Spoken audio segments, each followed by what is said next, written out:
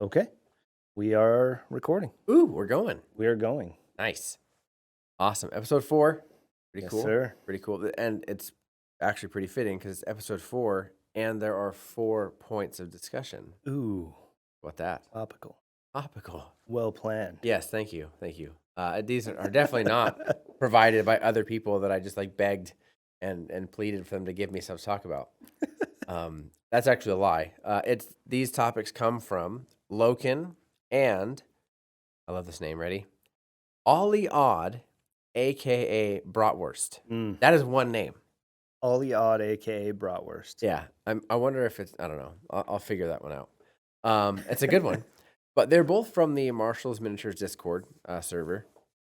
So they had a couple of good topics they want to bring up. And I thought since they're kind of similar, it could flow really smoothly. Okay. Yeah, like butter, like melted butter down the side of like mashed potatoes. Ugh. I've never wanted to eat more when I'm not supposed to. Then he died. And then he died. Yeah, fasting is fun. Sorry about that. Oh. Are we good? Oh, yeah. Eventually. We're good. Okay. We're good. He has recovered. Just getting them tater dreams out of my mind.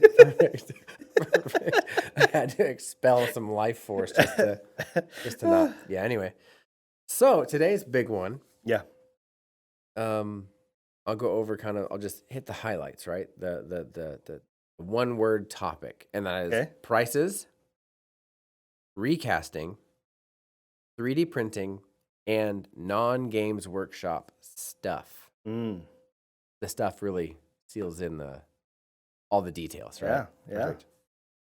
So when it comes to prices, I think I'd start off by saying that we are looking at Games Workshop prices. And that's simply because they are kind of the standard, right? They are kind of the company that everyone is. It's like the World of Warcraft when it comes to MMORPGs. It's they're definitely not the only ones out there. They weren't the first ones, but they have somehow found the theorem. I don't know. I know big words. They found the theorem. They found the theorem. No, they found the thing that works, right? I'm really sticking to the TH sound, the special sound, the TH sound. They found the algorithm, the system. Hey, that's the one. The system that works. Yeah. They found a way to take their cool stuff and make it in front of a wider audience, right? And so you're looking at the prices of these models. And you have to kind of think about the history of creating models. You have to think about how the company has grown. You have to think about inflation. You have to think about all these other things, right? How processes have gotten more intricate yet easier. And so the advances in 3D printing. Yeah, and how has technology changed that? And so do their prices honestly reflect the change in technology, the change in medium? We've gone from pewter to plastic, and I don't even like resin. So we've gone from metal, we dallied in resin garbage, and then we're here now at the PVC high detail plastic. Yeah. And so your process is not some dude sitting there with a chunk of metal and he's sculpting it out, and it's not that.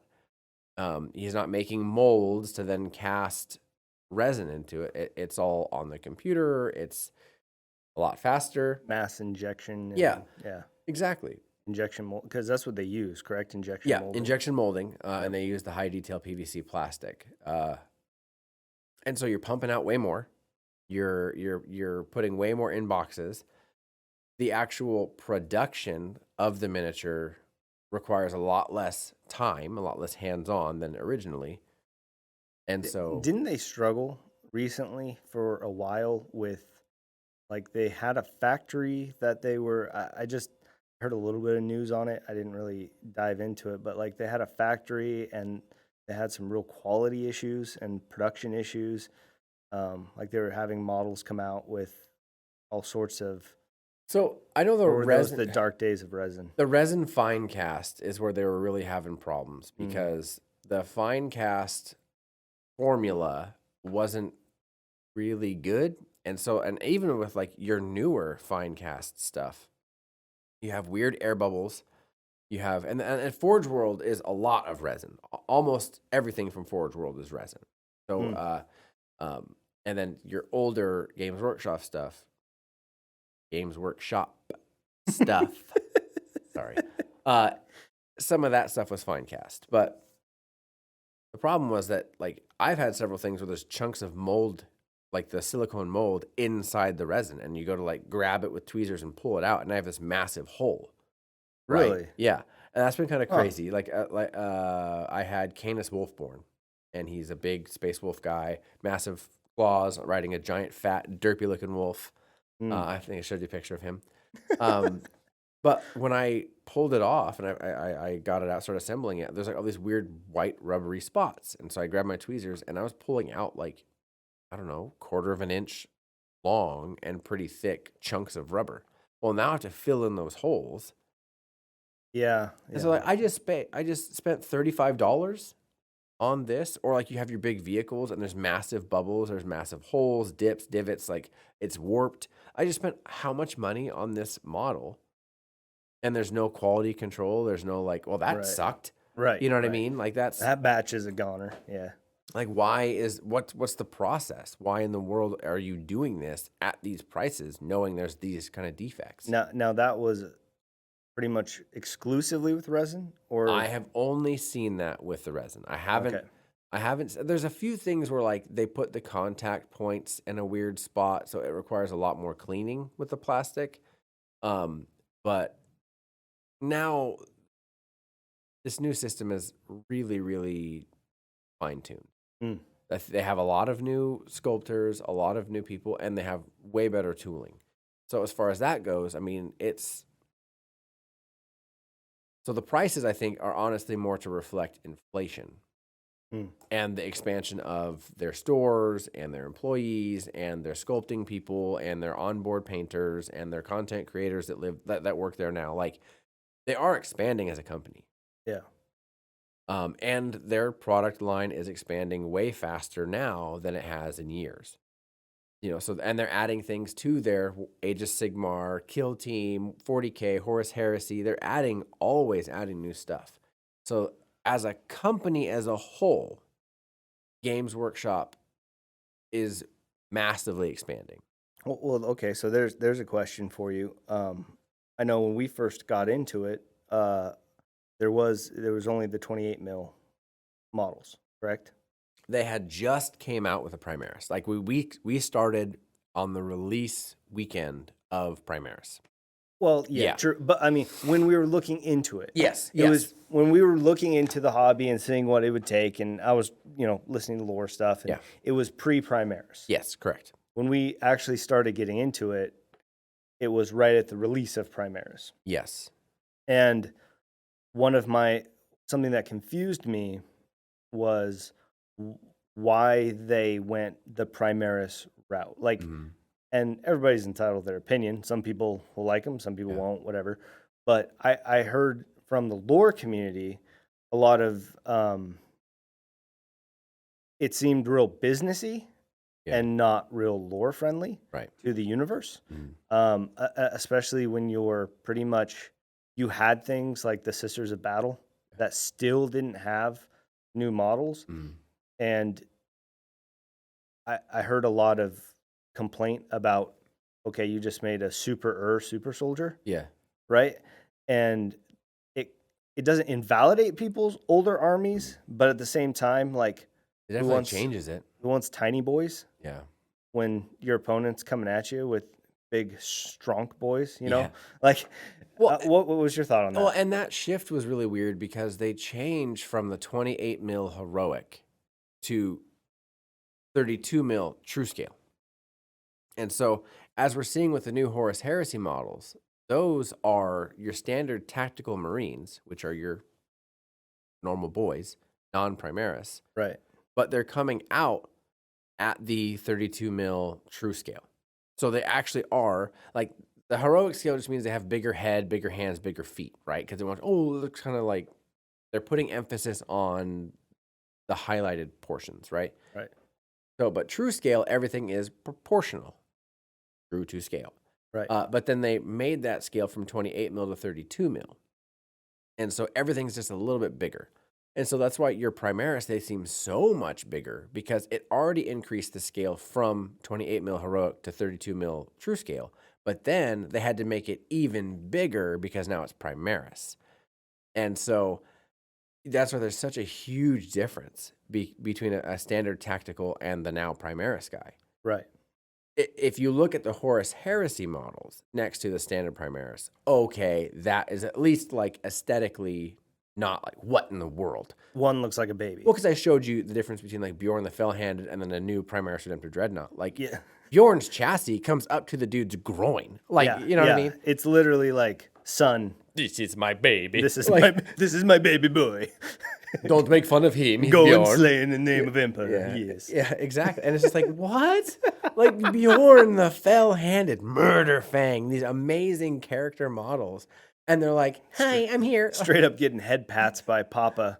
by the newest guy who died last week from falling on like, off the shipping crate. Yeah, exactly. Blah. Like, but he had a good sense Big of humor. Papa Primaris. Exactly. So I put him in this massive giant chassis.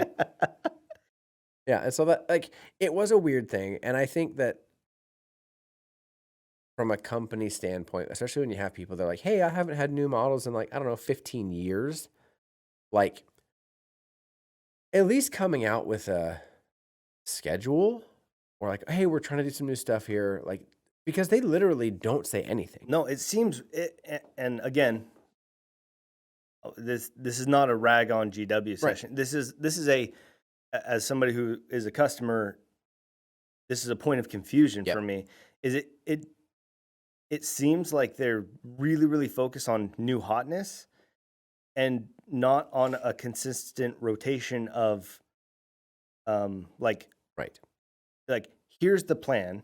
We're coming out with, like, there doesn't seem to be community engagement as much with what does the community think needs to be updated, right? It's just moving forward, moving forward. Well, and I think to that, I mean, so as a company, Games Workshop has really shifted to social media and YouTube. Like they've really wanted to create content that's going to be taken in, right? Right. And so they make something that's new and make something that's cool. Oh, hey, Space Marines sell significantly higher than every other faction. And I think it's because they're the newer models. And then, so, okay, well, they really like Space Marines. Let's make brand new models for Space Marines. Let's keep pumping into the Space Marines because, that's like the face of Games Workshop. That's whatever. But it's kind of this like self-fulfilling prophecy, right? In that we want to give them what they want. Social media and YouTube and all this other stuff says they want this. But do they only really want that because that's new? Right. And so then you have all these Primaris lieutenants that came out in like 1 year. It's like, okay, there are more lieutenants than there are people to lead. Right. Right. And it's all the tactical rock. It's all of this. It's all, but like you haven't had the Seraphon updated in a long time. You haven't had the Tyranids updated in a long time. You haven't had a lot of these things updated in a long time. So why are they going to want to spend the time making content? Not they, but like, why are your customers? Why are content creators going to want to spend the time making new content when, as with everything else, new sells? Right. It's the positive feedback loop. Exactly. Right. Exactly. And it goes back to that kind of corporate mindset where it's not as much about engaging the fan base and doing things in an order that maybe not as financially productive, but as a whole are more sustaining for your brand in the long run, as opposed to just burst money. Well, the thing is with that mentality, you're choosing the quick money now over the people that have been playing for 30 years because they haven't had new models in 15 years. Like, right. And when they keep seeing these new models, new codexes, new models, new this, new that, and then eventually it's like, oh, all my stuff is on the will never be replaced list. Yeah. Like, and then you made it to where I can't even kit bash other things. Right. To be able to play like that. That's what's the incentive to stay? Because obviously then the company has chosen new blood, the quick gains, the whole new generation of gamer that's interested in these 4 or 5 factions. So that, I mean, if your intention is to reduce the inventory, is to reduce all the additional stuff, because that's a lot of stuff to make, right? Then come out and say, like, hey, I'm sorry, but these are the lore wise or story wise or whatever.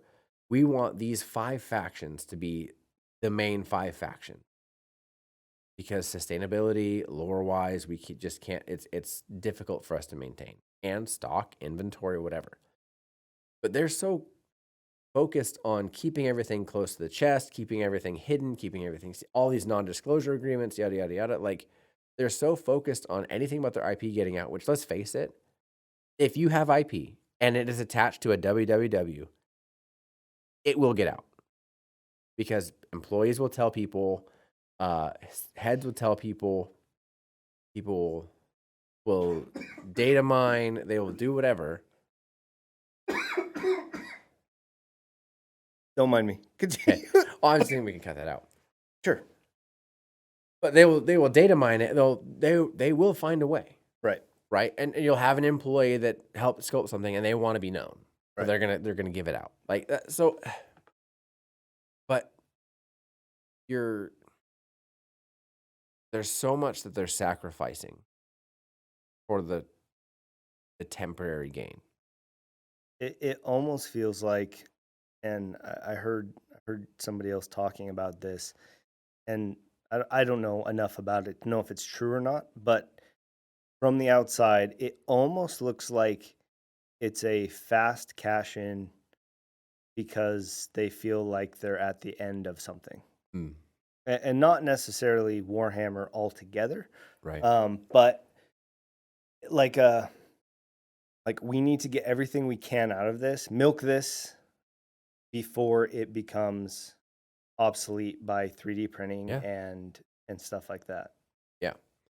And that's I would say is in my opinion, I agree with that, because they're realizing that 3D printing is so much more, not sustainable, but the quality of the 3D prints these days are incredible. Yeah. And you can go online to like Colts 3D or My Mini Factory or a number of places that have these STLs, and they are created by someone, maybe heavily influenced by Warhammer or whatever, but they're designed by them, and then you print them off, and you almost can't tell. Especially if you have like the 4K or the 8K printers, your layer lines are so tiny, but it's fast. I mean, it's way fast. And so, yeah, I can slap something in there, go to a file, pay $3 for a file, and then print off 14 of these guys on my bed and have it in 5 hours. Now I have 14 of these models. Right. Awesome. Well, so here's a question for you, because if that is kind of the scenario, Yeah. like let's just pose that is a scenario, right? We have the risk of, because up until what, 4 or 5 years ago, 3D printing, personal owned 3D printers were not huge, right? And the technology wasn't really sorted. They were expensive. The accuracy, the detailing wasn't there. Yeah. I remember seeing one of the guys at work, he got a 3D printer, and it was one of the first ones that came out, and he was so excited, and he brought stuff in. He's like, oh, look, I printed this in 3D. That part was cool. The thing looked like garbage. Yeah, It looked like hot garbage. hot garbage. The lines were just like, oh, wow. Wow. Okay. Is I'm that not normal? sure. Like, you can maybe make like a plastic hinge. That would Yeah. be something that you could make. Like, Is it flat and square? Perfect. yeah, exactly. Yeah. And even then, it's just got these huge humps in it, right? Yeah. Some lovely lady lumps. And Nice. so, no, but like, so that's changed, right? Absolutely. However, I think there's two directions you can go. You can either say we are going to be insignificant in the future because of technology that's come out, or we're going to be outmoded, where we can't continue doing this because it won't make us money because people will just print their own. Right. So let's burn it and get what we can now. Yeah. And try to maybe transition digital. Right. Or I think the other option, and I think probably a more valid option, is by courting the community and the based consumer that is been with you for a long time, and counting on their love of the franchise and their engagement with the company to get that continued business, Yeah. right? I mean, I don't think that excludes having a digital aspect. I think Mhm. that's absolutely necessary. But does that make sense? Like do you think that Games Workshop 10 years from now could still be making 3D models and making money if they really focused on community building and being faithful to their customers and making their stuff priced competitively? Absolutely. And so it's almost like anything that has a adamant following. I mean, you're looking at sports cars, you're looking at uh, baseball card collection, right? Right. The medium hasn't changed in 50 years.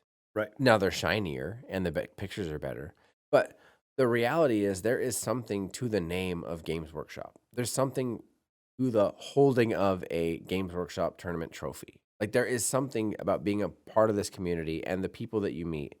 So I don't think that's going to go away if they Don't work drive it away. if they work to keep it. Yeah. The problem that Yeah. I see having now is they're so focused on pumping out new stuff, so focused on being edgy, so focused on the new hotness that they're choosing to chase after.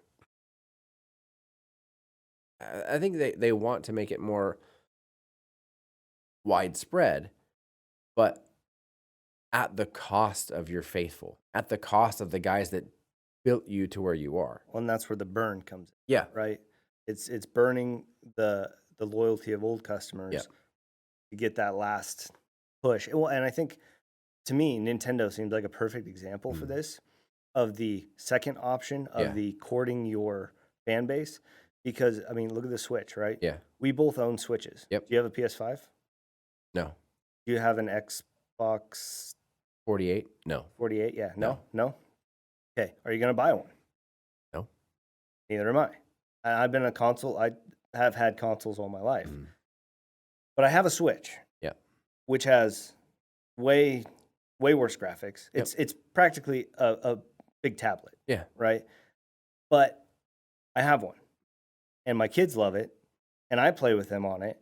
And like Nintendo has found that balance of in the market where the biggest, fastest, most impressive thing wins, they're the turtle, right? Yeah. They're not the hare, they're the turtle. And they just chug along. Yeah. And because it's Nintendo, Yeah. right? You know, if Nintendo comes out with something, well, it's Nintendo. Yeah. People love it. It's consistent. Yeah. You know, it doesn't have the huge blockbuster hits like Halo for Xbox or like, I don't know, PlayStation, a PlayStation game for PlayStation. God of War.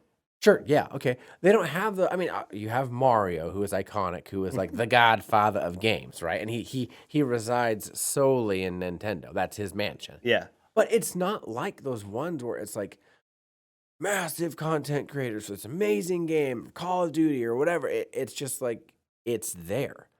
It's a stable platform, and it's designed for continued enjoyment. Yeah. And talking a little bit like this, you know, you think it kind of about like World of Warcraft, right? Yeah. We loved World of Warcraft because at first they cared about the community, they listened to what people were asking for, and they implemented it in the game.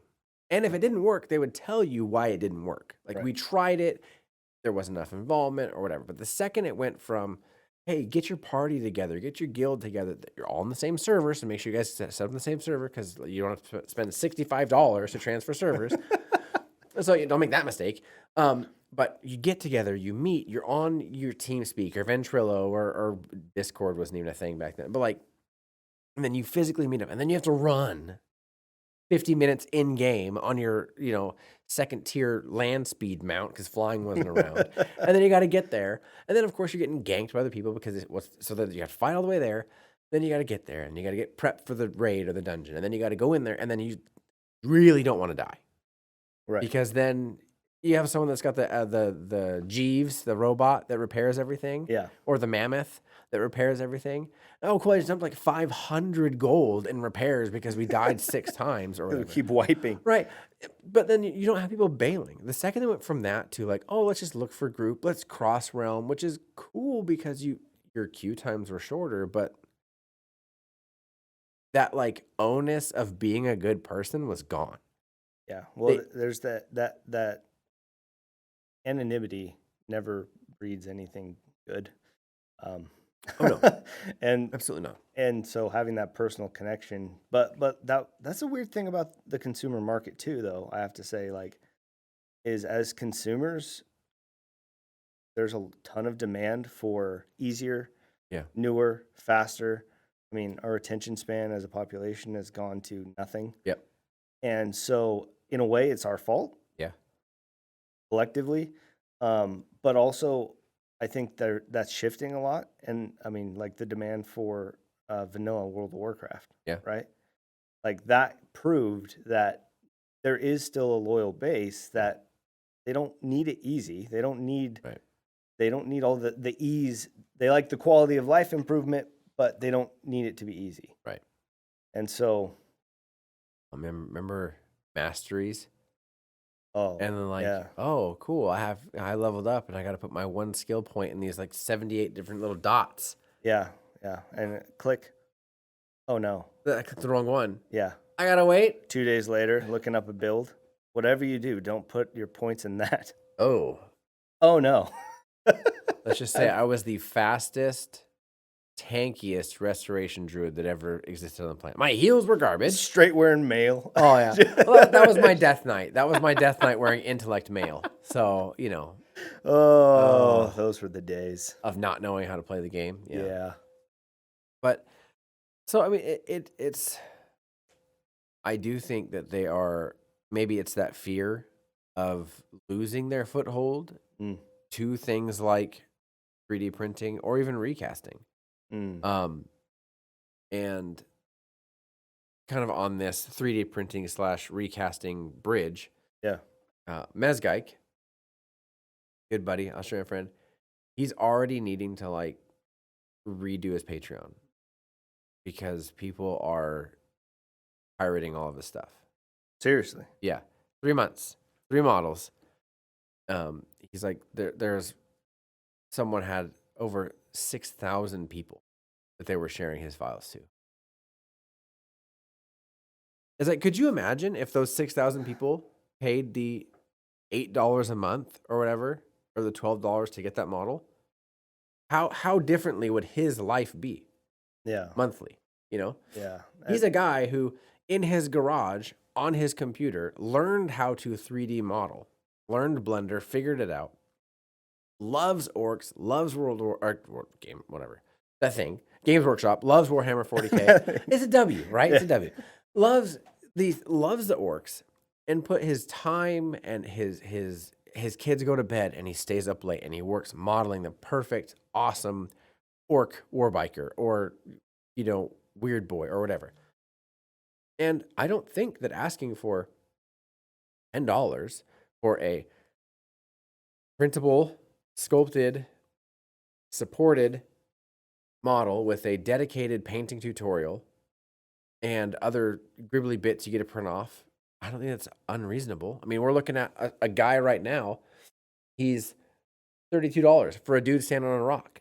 You have someone else who's $65 for a dude sitting on a chair stabbing his own foot with the sword. Yeah, we're on the Games Workshop, available to order, and the sword foot guy is Inquisitor Karamazov, and he's got, but that's the whole thing is like, these are mass produced, right, and you order them online, and the model shows up, and then you build it, and you're done. Well, and tell me you haven't gone to McDonald's, spent $10 to have somebody slap preheated stuff together. And and at the end, you were like, wow, that sucked. But like, so even if you think the model looks cool, get it, print it, and you're like, okay, like, yeah, I do not understand the mentality of like, let me But the problem is I don't people get have this that. false Robin Hood complex because they think they're sticking it to the corporation. They think they're sticking it to, but it's when it's guys like Mezgeik in their garage making this. It's like I can almost kind of understand, especially when it comes to like recasting and crap. I can almost Right. kind of understand when this is mass produced. There are a billion of them. You have so many like, and it's $32 for one guy. No, right? But when it's like, I'm not saying it's right. I wasn't saying it was right at all. Right. Recasting is illegal and it is wrong. Well, and at the end of the day, it is you are stealing an IP. Yeah. You are stealing somebody else's work. They have the factory, they build the stuff, they set the prices. You may not like the prices, but that does not mean that it's not stealing to Right. recast their stuff. Right. That If you're willing to steal, that's a risk that you're willing to take. right. And recasting is illegal, and recasting is theft of IP. Recasting is not what Mezgeik does, where he has orcs and he looks at the orcs and he crafts something inspired by Warhammer and then prints it out. It's his own original. It's his creation. own thing that's used to augment the existing IP. Right. You're not taking it and profiting off of someone else's tooling, sculpting, all of their work, right? And so it's like if you wanted to join a Maserati club, okay, you want the prestige that comes with owning a Maserati, Right. which is a very expensive luxury car. Yeah. Right? But you obviously can't afford the Maserati. So then you go and you buy a Maserati project kit or something else, right? And then you try to join the Maserati club. Well, they're going to have standards. You have to own a Maserati to be a part of the Maserati club, right?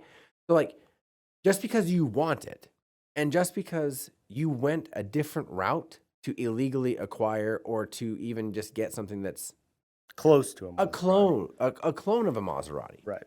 you don't own the Maserati. Well, that's the reality, right? The reality is you don't have that. And so then when you get there and they say you don't have it and you get upset about it, that's on you. Like, because you don't have it. Right. A Games Workshop thing. If you don't want to spend $32 for a Deathwatch Terminator Captain, then you're not going to have that Deathwatch Terminator Captain. Right. You're going to have either an illegally acquired $19 Deathwatch Terminator Captain that shatters into 1,000 pieces the second you drop it, or you're going to have a counts as Deathwatch Terminator Captain STL file that you printed off at $8 a model plus probably like $1 in resin, and then it's going to have layer lines, so it's not going to look quite as good. But you can't get upset. I guess maybe it's a personal thing.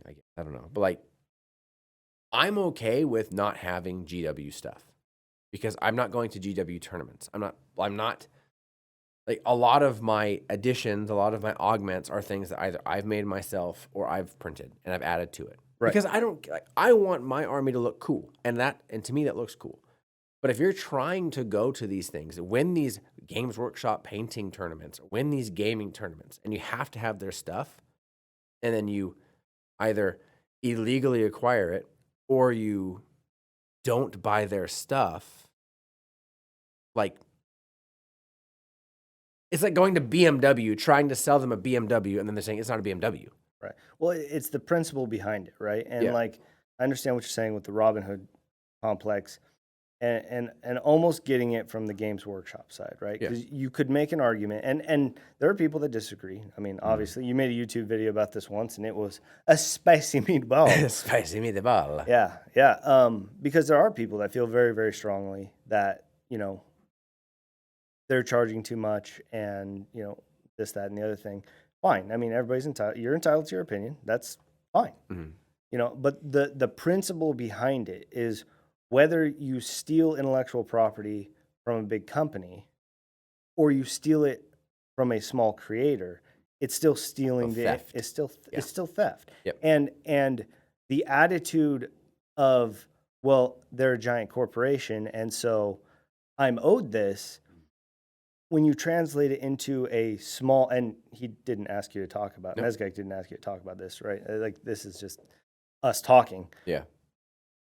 When you you translate that attitude to a small content creator, whether it be YouTube, whether it be models, no matter what it is, that impact is felt 10,000 times more Yeah. by that person. And you can actually, by doing that, you could actually put that person out of business. Yeah. Right? Where Games Workshop, they have the lawyers, they have the stuff to fight it, they whatever, they have the rules, they own the IP. Yeah. But it's the attitude, it's the principle Yeah. behind it. If you're willing to do it for that, Yeah. then what separates the small content creator? Yeah. And who really deserves, I mean, if you like his stuff, he deserves the support, right? And that's something I feel is more of a, again, we talk a lot of consumer philosophy, right? Yeah. But is exactly what you were saying, that idea of, well, I'm owed this. It's just, it's not true. Yeah. And if you have a small content creator, especially a small content creator who's making this stuff and who's going above and beyond to do something that he loves and try to make it into a business, like, why would you not support that? Yeah. If you like his stuff. Or why would you go out of your way to undermine it? You obviously like what he does. You just don't want to pay for it. Right. Like, and even Games Workshop at one point was a few dudes in a basement somewhere making some stuff and being like, hey, let's take it, let's take a chance, let's take a step.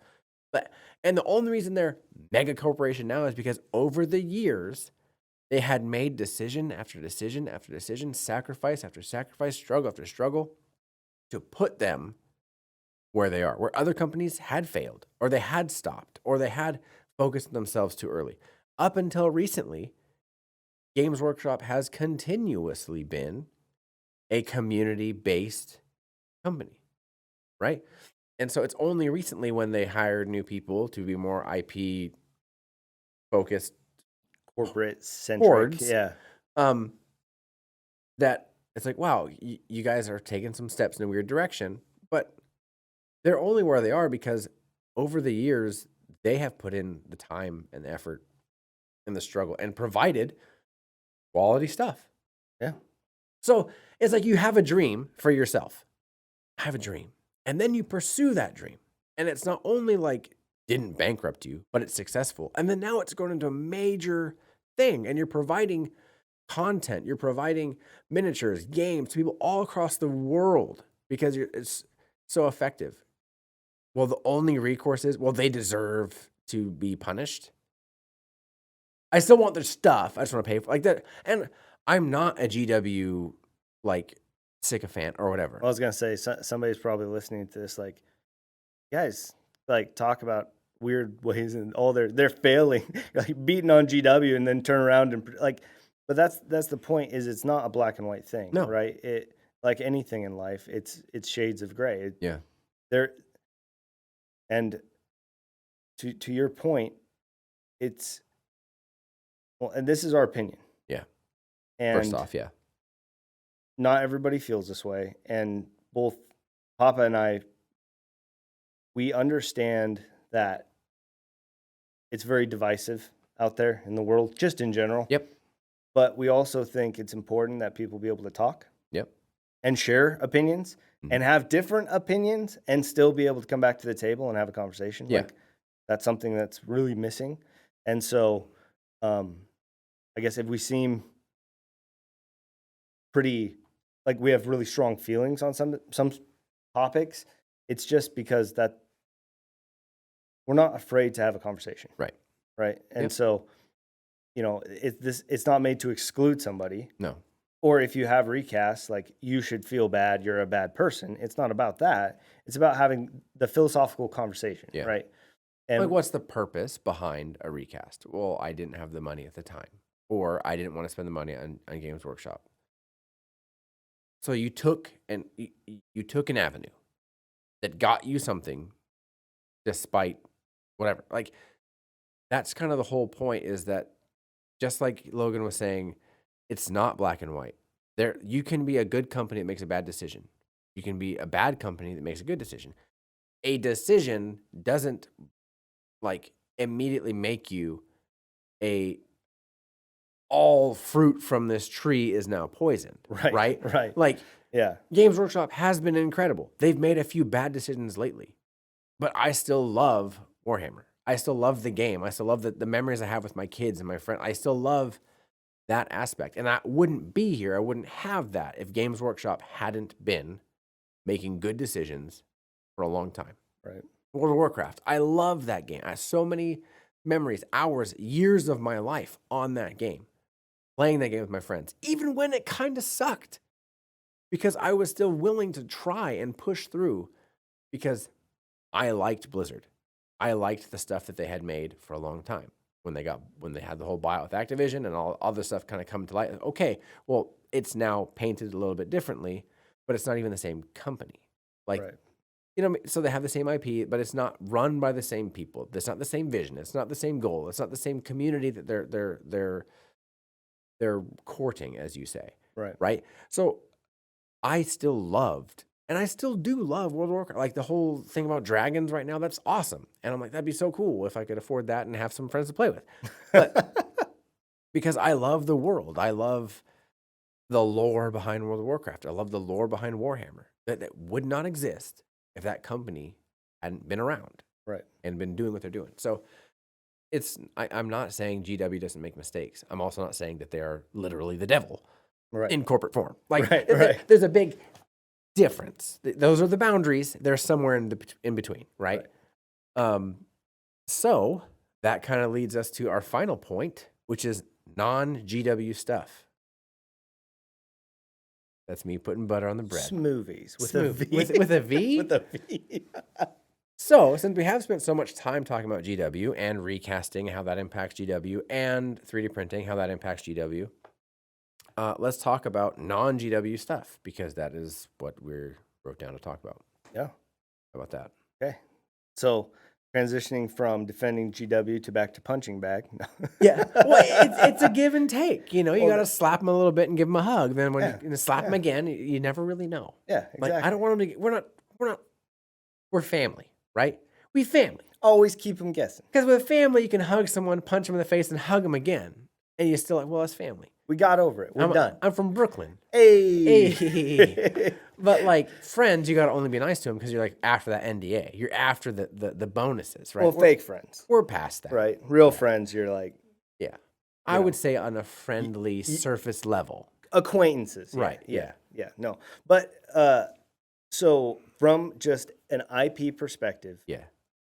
like I do not understand. I understand the logic behind excluding anything but Games Workshop stuff as far as like bits go in official Logic, yeah. I understand the logic behind it. I also think that there is a lot more what's the word? There's a real opportunity to increase your community and simultaneously protect your IP. Again, like with the digital stuff, by, to an extent, bringing some of these creators into the fold. Not just slapping them behind a paywall, but by incorporating. Yeah, and collaboration. Hey, let's work together on GW official bits by Puppets War. Right. GW official allowed sponsored bits by Bits of War. Right. Right. Or even if it's like a 75% of your model has to be GW genuine. Sure. Okay? So heads, weapons, in order to get like an aesthetic feel. Well, you get community. You would get. I feel like you would get a lot more community engagement if your army felt more personal. If you're, because I know a lot of people that play, they're soldiers, they're space marines, they're whatever they are, they're Tyranids. They have some sort of Tyranid backstory. I was born, I eat, and then I die. I turn into soup. Brainless thing. But especially with like space marines, right? Yeah. Like this is Sergeant McFluffin stuff. Yeah. and he has Booty face. survived. Yeah. What's that? Booty face. Oh, booty face. Yeah. Sergeant McBooty face, and he has survived 6 Tyranid battles and battling and slaying his chaos brother, traitor brother, McButterface. Yeah. They're all Mick. Well, but you know what I mean. Like it's a story. exactly. They have some sort of history, Yeah. right? Yeah. And so making them a little bit individual, that's cool. Yeah. Well, it takes a lot of time. Yeah. To assemble these things, as we find out, it takes a lot of time. Even just to assemble them takes a lot of time. And then painting them, either a lot of time or a lot of money. Right. And so you want that time and or money to be something that you have a story. Why in the world would you spend that much time and or money making your Imperial Guard out of grots? Like there's a guy who was on Play on Tabletop. He has a whole Imperial Guard Astrometarum army, but all grots. Really? And they're all wearing like Astrometarum helmets, tanks. I was like a commissar, but they're all grots. It's incredible.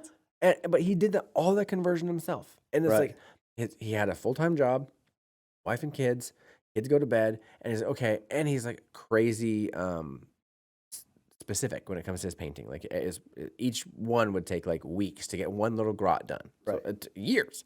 Why in the world would you do that? Well, here's my story. Like if you're bringing thousands of points, thousands of dollars worth of plastic to someplace, you want people to talk to. You want people to talk to you about your project. You're doing it to share it. Yeah. Yeah. So why in the world would you clamp down on the one thing that makes it super easy to make yours different? People say all the time, if GW just came out with like this massive bits sprue, that'd be great. Because right now you have to either buy a whole other box to get, well, this one only comes with 2 plasma pistols. I want a squad of plasma pistols. So now I got to buy 3 more boxes at $50 a box, or I got to go on eBay and buy go part it out the sprue, and even that. Like, so why in the world would you not do that? That's what a lot of these bit companies do. Their heads, their hands, their weapons, their accessories, they're things that make it different. Well, and maybe this is a lot more complicated than it seems, and I'm sure it is because nothing is ever super simple. Well, we're not running Games Workshops, right? Yeah. Well, and if they want to hire us to do that, you can, and we have big dreams and no experience, so it'll be great. You'll love it. It won't crash into the ground and explode. But why couldn't you go to some of these bit creators and commission a line of bits? Yeah. Right? Your customers want bits for their stuff.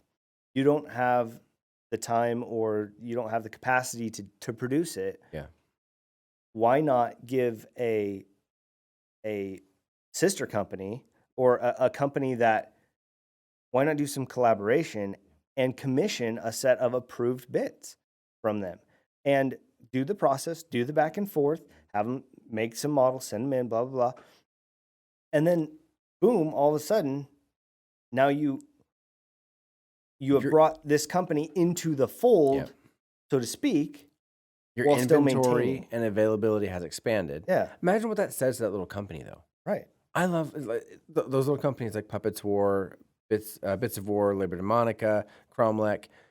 These are companies that started because people loved Games Workshop so much that they wanted to make their own stuff. And then, other people might want this too. Right. What would that say to that little company, who some of these are actually pretty big companies, to have Games Workshop come and say, I want to commission you, I want to collab with an official line of approved bits. And so you can have this GW stamp on your product, on your catalog, saying that we value what you've done so much that we want to make it a part of what we did. Like when World of Warcraft, I'm always going to talk about it. When World of Warcraft brought in Bajira and brought in Preach and and they made it was Warlords of Draenor in the PvP. When they made the NPC characters to have the same skin and faction of top content creators at the time. Wait, Preach got I don't know. I think there was a Warlocky thing. I know that Bajira did. I know that Swifty did. and I know that there's some I'd never even heard of, Yeah. right? But when they did that, and they like rewarded these people who've made their lives playing their game, and they immortalized them in the game, that was like that's my goal. That's my goal. My goal was to be the next NPC in a World of Warcraft battleground. Like that was my thing. And so I immediately hopped in the arena, and I played with several of my friends, and I was like, okay, cool. I'm gonna be a warrior. I'm gonna be arena. I'm gonna stream. I'm gonna record. I bought a like Hapog HD PVR2, like the first one is HD HDMI, and I streamed. And my whole goal was to get there. My whole goal was that. Because that was an investment, and that was a recognition and an acceptance and then a promotion from the company at these people's work. Right. Imagine what that would say to these little companies if GW says, we want you to make weapons. Okay. You're the arsenal provider. You're the head provider. You're the tabard and accessories provider. Like that's, right. What would that say? What would that do? You know, and then you'd have everyone, oh, cool, I can go to this company that I've already been supporting and like their bits, and now I can also use them in tournaments. Right. And that lets them categorize their bits into two parts, right? Yeah. For the enthusiast, yep, who just plays with his friends and wants his army to be unique, and for the official player who wants to participate in tournaments. Right. It seems like the best of both worlds. That may be naivete. Yeah, I would say Games Workshop, if you're listening, which obviously you are, because come on, then that is not for free. You must contact us. Yeah, we'll be in talks. Copyright us. Abraham Lincoln, 1905. Yes. So I mean that hits the topic is a big one. It's a long one. But I think it's pretty vast, and I mean we talked about prices, where they are, why they are, and people's opinions for or against, recasting, 3D printing, and non-GW stuff, and kind of the impact that has on the community, and then other ways that those impacts could be modified. And obviously there are other games beyond Games Workshop. Oh yeah. You know, and that's, I don't play them. To be honest with you. I don't play any. I rarely play Games Workshop alone, let alone jumping outside of that box. Right. Although you have boxes. Right? Oh, I have boxes. No, I have boxes. And boxes and boxes and boxes. Boy, stash is impressive. Yeah, unfortunately, I've had to say goodbye to a few of them. But yeah, so there are a lot of games out there that if you're not feeling the love for Games Workshop right now, give them a look. You know, there's one-page rules. It's actually really cool. One-page rules. There's a Patreon for monthly stuff, or you can just go on the My Mini Factory and download models. They're non-model specific, right? So you can bring in models you already have. It's just a rule set, and the rule set is designed for casual game. And there's like weirdly overlapping backstories between Games Workshop and some of their stuff, lore-wise. But you don't have to use that. You can just use a game system, and their models are really inexpensive because it's all 3D printed. And then you have like Stargrave, which 52 miniatures talks about quite a bit. Mini Wargaming, they just came out with a game. Oh man, Get it? The Veil Touched. Get it? It's a game that Mini Wargaming Dave created. Ravage Star, yes, Boom, nailed it. Ravage Star, first try. And the cool thing is, they look like incredible proxies for Chaos people if you wanted to do that. There is their own game system. There are other factions that are coming out, but they are heavily inspired by Chaos Space Marines. And some of the stuff is so incredible. I was like gutted when I couldn't actually invest in that Kickstarter, because the Kickstarter price versus the all-in price now is astronomically different. And I'd have to like sell a child in order to get an all-in price now. It depends on the day. You have FOMO, don't you? It is so hard because I used to not care. Awesome. No. Ew. Okay. Ooh. No, it is very difficult for me to be responsible in my hobbying because I used to not have to be. My hobby money and income was entirely on whatever I wanted to do with that. And so I bought $600 paint line. I bought 2 of the Hero Quest full-in things, which came to like $600. Like, these are things that I used to do because whatever. And now I'm like, I can't do that. And I don't like it. I want that whole all-in set for the Veil Touch. And then whatever their next thing is going to be, I want that. And then whatever their next thing, I want that. But I can't. The perfect little cabinet it can live in. We just assembled it. It looks beautiful. But, you know, put some other half-painted stuff in there that Anyway. So, if you like what, hearing us talk about weird stuff, cool. I'm glad. These podcasts are designed to be entertaining, but also informative, Thought-provoking. Yeah, poking that thought bear. Yeah. Boop, boop. Shirt idea. Poke the thought bear. Oh, I like that. But yeah, so if you do like that, go ahead and leave a comment in the chat box. If this is on YouTube, if it's on Spotify, I don't know what you can do. Maybe just click on the star and say it was good, or jump into the Discord, or hop in the Discord, which is free. There's no requirements. We just ask that you be a good person. Kind of hard for some people, but it's free. We'll have a link in the description below of either the podcast or we're on Apple Podcasts now, by the way. We? Yes, we are on Spotify, Apple Podcasts, and then the YouTubes. Perfect. Time to retire. Yeah, basically. We just need time for that money to come rolling in. But yeah, and then eventually we'll be coming up with a few more ways that if you really want to help support, we will introduce maybe a Patreon or some other kind of way to get involved. But really, right now, the biggest way is to join the podcast. To join the Discord and help us with topics, help us with things to talk about. Show us your projects, show us things you're working on. If you have questions, ask. We have a lot of great people in there. And I love seeing people's work. I love seeing what they're working on. Even if I'm not being paid to do it, I still like knowing that they're getting some hobbying in. And so yeah, come check out the Discord. It's free to join. There's no monthly anything at all. Just come and hang out and yeah, that's all I got, man. All right. That wraps it up. Episode 4. Done.